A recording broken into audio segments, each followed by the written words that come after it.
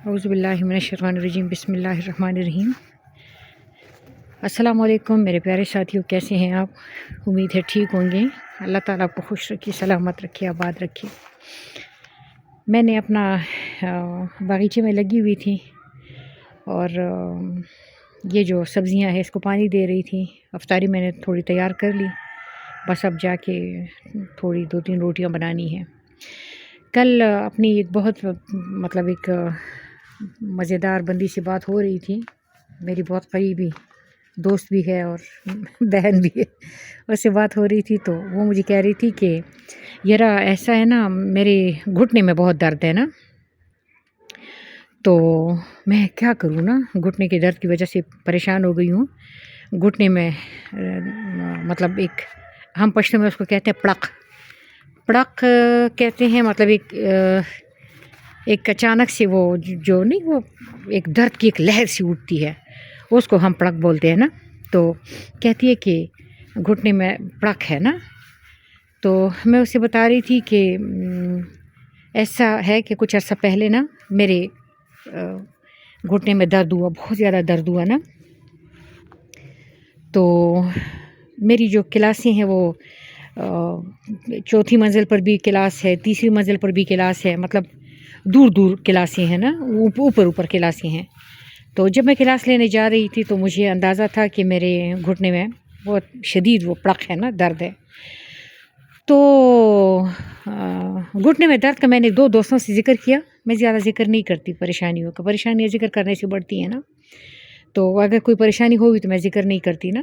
اور تم مجھے کتنا جانتے ہو جتنا میں نے بتایا ہوا ہے، تو اگر میں نہیں بتا رہی تو کون کہاں سے اندازہ لگا سکتا ہے کہ کیا بیت رہی ہے، اللہ خیر کرے۔ تو میں نے کیا کیا، میں نے 1-2 دوستوں سے اس کا ذکر کیا۔ میں نے کہا یارا میرے نا گھٹنے میں بہت درد ہے۔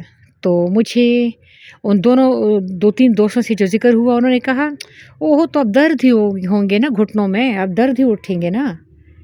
اچھا، جب انہوں نے مجھے کہا نا کہ اوہ اب تو درد ہی اٹھیں گے گھٹنوں میں نا، تو مجھے سمجھ آ گئی۔ میں نے کہا یارا یہ جو انسانی دماغ ہے نا، باقی سب بھی سن لے، جو میں اپنی بہن سے کہہ رہی ہوں، جو سن رہے ہیں ان سے میں مخاطب ہوں کہ جو انسانی دماغ ہے نا، اس خبیث کو ڈبے پسند ہے۔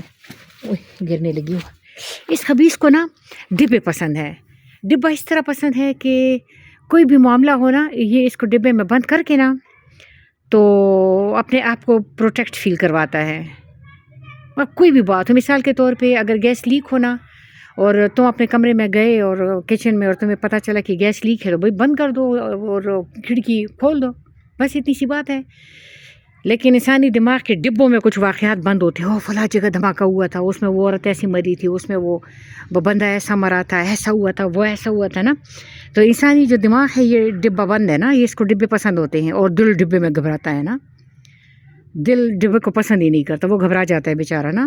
تو نا جب میں نے یہ بات کی کہ میرے گھٹنے میں درد ہے، تو مجھے پتہ چلا کہ ان لوگوں نے تو فوراً میرے آگے ڈبہ کر دیا کہ اب بڑھاپا آ رہا ہے، اب تو گھٹنے میں درد ہی ہوگا۔ میں نے کہا ہو ان کمزور لوگوں سے میں نے اپنے کسی پریشانی کا ذکر نہیں کرنا۔ حضرت علی کرم اللہ وجہ فرماتے ہیں کہ جب تم کسی مسئلے میں پھنس جاؤ تو کسی کم ہمت سے، کمزور سے اس کا ذکر مت کرنا، کہ کم ہمت اور کمزور سے ذکر کرنے سے پریشانی بڑھ جاتی ہے، اور جب تمہارا مسئلہ حل ہو جائے تو اسی کم ہمت اور کمزور کے پاس جاؤ۔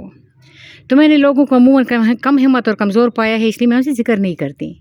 تو میں نے کیا میں نے ذکر کرنا چھوڑ دیا، لیکن میں نے گھٹنے کو ایک ذرا بھی ہلنے جلنے سے دور نہیں کیا۔ گھٹنے کے درد کے 2 اپائے تھے۔ ایک اپائے یہ تھا کہ میں اسے ریسٹ دوں، میں اسے ریلیکس کر دوں، میں اسے سائڈ پہ کر دوں۔ لیکن یہ بات یاد رکھنا کہ اپنے کسی بھی معاملے کو سائڈ پہ کر دینا، اس کا مطلب ہے کہ تم وہاں پر فل سٹاپ لگا رہے ہو، تم اس معاملے پہ فل سٹاپ لگا دو، تم جہاں رکے وہی تیری منزل ہے۔ اگر آپ کے ہاتھ میں شدید درد ہے اور آپ ہاتھ کو ورکنگ سے نکال لیتے ہو، آپ ہاتھ کو موومنٹ سے نکال لیتے ہو، تو اس کا مطلب ہے آپ نے اپنے ہاتھ پہ فل سٹاپ لگا دیا کہ چلو ٹھیک ہے، تو ایسا ہی ٹھیک ہے۔ ایک ہے فل سٹاپ لگا دینا، ورکنگ سے نکال دینا، اور دوسرا ہے اس کو اتنا ورکنگ میں کرنا کہ جو تمہارا ہاتھ ہے یا گھٹنا ہے یا ٹانگ ہے وہ یہ بھول جائے کہ اس کو کوئی مسئلہ تھا۔ میں نے دوسری والے اوپائے جو ہے وہ اڈاپٹ کر لی. میں نے کہا نہیں. میں اسی طرح چوتھی منزل پہ کلاس لینے جاتی تھی. میرے گھٹنے میں درد ہوتا تھا. میں درد کو خاطر میں نہیں لاتی تھی اور ہفتہ ڈیڑھ میں وہ درد خود بخود زائل ہو گیا.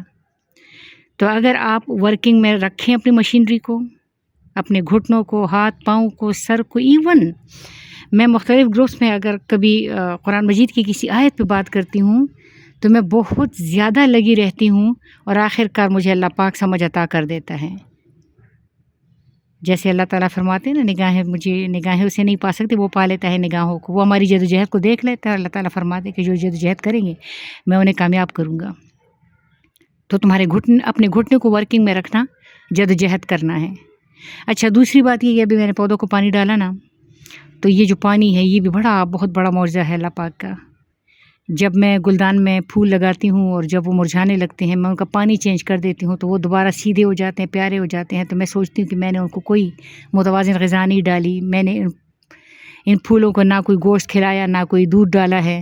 میں نے ان کو خالی پانی ڈالا ہے اور پانی سے وہ بالکل خوبصورت ہو جاتے ہیں. یہی حال انسانی باڈی کا ہے.